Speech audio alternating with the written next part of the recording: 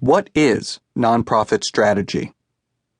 Nonprofits differ from their counterparts in the for-profit world, and these differences must be made clear as they set out to create strategy.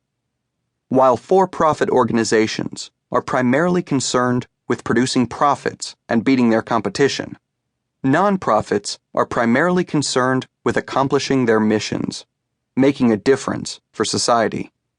Therefore, the objective of nonprofit strategy is to guide the organization on the way to mission accomplishment. What is strategy? The concept of strategy is often misunderstood in all sectors: corporate, government, and nonprofit. Hence, the plethora of strategy consultants and books, here's another, abound. So, let's begin by simplifying. Strategy is an integrated and coherent explanation of how an organization is going to guide its performance in the future. It explains how its essential operations will interact with one another and within the organization's environment to produce effective performance. We'll now look at the different parts of this definition. An integrated explanation of performance. Many authors point out that the historic roots of strategy come from the military.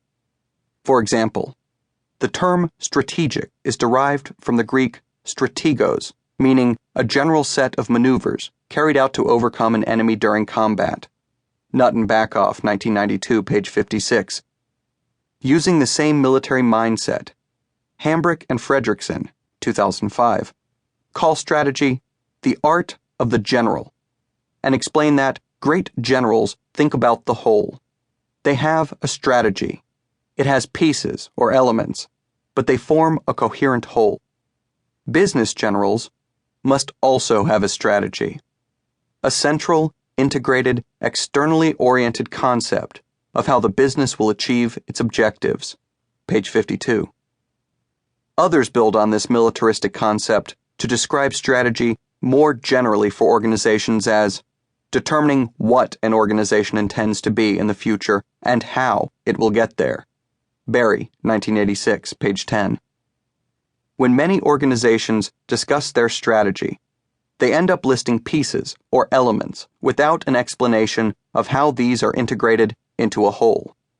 For example, organizations will list goals, initiatives, and/or plans without an explanation of how these are connected to one another. In fact, any connection between these various elements is often unclear. It's not that goals and initiatives and plans are bad. It is just that without an explanation of how they fit and interact together to move the organization forward, they do not constitute a strategy. Explaining a strategy is like telling a story that has a beginning, middle, and end. As we think back to the example of generals, we can imagine them talking with their troops to explain what they are about to do. First, we are going to, then some of you will, which will then allow others of us to, and that will give us the opening to, which will lead us on to victory. Note how the actions in this simple example are connected with one another. Many people refer to strategy as a cause and effect story that describes the journey from the present to the desired future.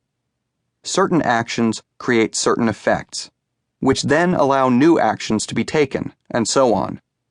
The strategy story becomes the guiding narrative for the organization's future activities. In order for a strategy to work well, the various strategic actions taken need to have positive interactions. They need to produce a positive, reinforcing, cyclical effect upon one another, so that the collective result of the actions propels the organization into the future. We know that organizations can find themselves in vicious downward spirals. Good strategy creates a virtuous positive spiral toward high performance. Senge, 1990. The importance of these positive interactions is central to the concept of systems thinking. Systems thinking seeks to understand an organization as a whole.